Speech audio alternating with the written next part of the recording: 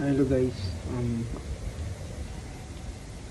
mag-anis review tayo sa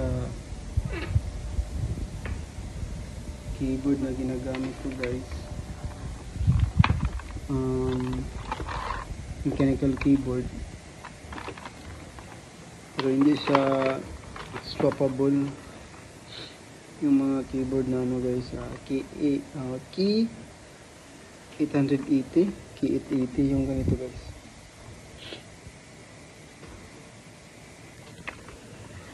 Sorry. Yan guys. Hindi siya maganda pang matagalan kasi sa una lang maganda. Ito siya. And then ito. Pwede mo yung keycaps, pwede mo palitan yung keycaps. Ganyan. Hindi siya maganda pag pang matagalan kasi after 3 months may ibang case na hindi na gagana. So honest review lang tayo dito sa keyboard ito kasi 5 na yung nabili ko dito. 5 yung nabili ko sa Shopee. Ito naman siya pag naka-lights na. So, ganyan. Ganyan. Tapos, pwede mo pindutin pag ibang kulay na to. Ganyan. Sorry. FN. Tapos insert.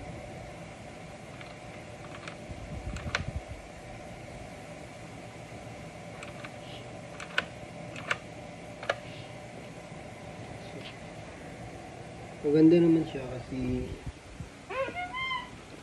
may LED.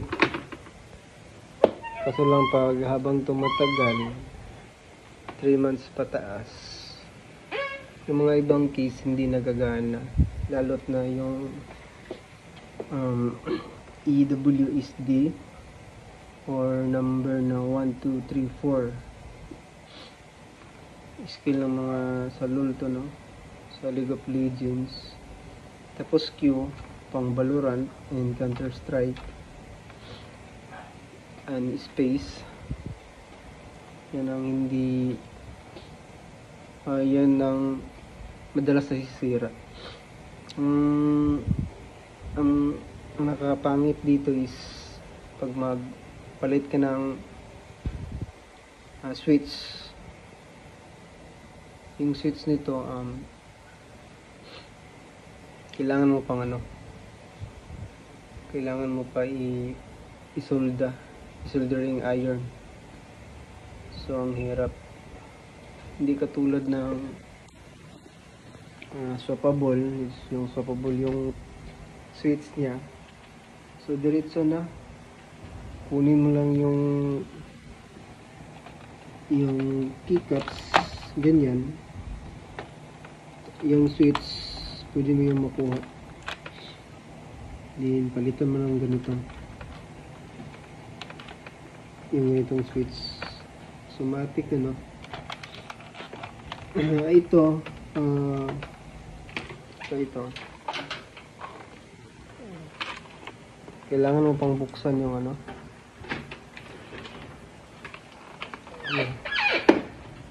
kailangan mo po yung buksan. May mga dito, screw, may mga screw dyan sa ilalim. So mahirap siya palitan kasi buksan po yung board talaga ng motherboard, tapos isisolda mo pa. So mahirap siya sa una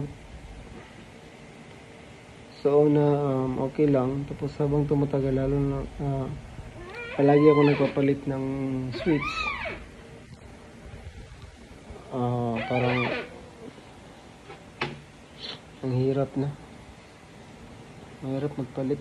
So mas maganda Evertech guys, kasi yung Evertech Ang i-video to talaga yung i-protect, no? Aabot ng 3 years pataas. 3 years to 6 years. Kasi yung i-protect habang tumatagal is hindi siya hindi matigas yung mga case niya, malambot pa rin. So linis lang ng linis. Linis lang ng linis, tapos yan, ito gamit kay Pertic. Ito rin, Pertic. So pagpag lang, tapos sa kaumagahan kung may pisonit kayo, so ganito lang na para mawala yung mga alikabok. Tapos pwede na din i-blower nose para hindi pumapasok yung mga alikabok or matambak ng alikabok. So yan ang rason na patagal is titigas yung mga case niya. So kung may pisonit kayo, mas maganda i-protect. Mouse, i-protect din yung mouse kasi pang matagalan siya. Heavy duty talaga yung i-protect na brand. Medyo mahal lang pero sulit. Kisa pwede rin kayo kung may budget kayo yung anong tawag ito, keyboard na mechanical keyboard and mechanical mouse. Kung may budget naman kayo, doon kayo sa swappable na ayun na medyo mas mahal pero madaling magpalit ng ng mga switch. So yan lang guys, Alice review na ng Key880 na mechanical keyboard. Yung Key880 parang madaming brand dun, maraming brand. Pag Key880 talaga, wag na kayong wag na kayong, kahit pang personal, wag na, kahit pang personal nyo lang masisira din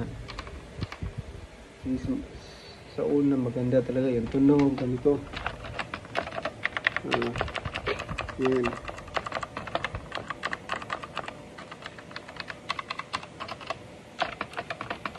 Yan, ganyan ang tunog sa una. Habang tumatagal na, hindi na siya ganyan na. Yan, wala na yung tunog na So, ganyan ang tunog pag habang tumatagal na. Nawawala na yung ganito. Yan. Yung ganyan yung tunog. Yan. Maganda pa.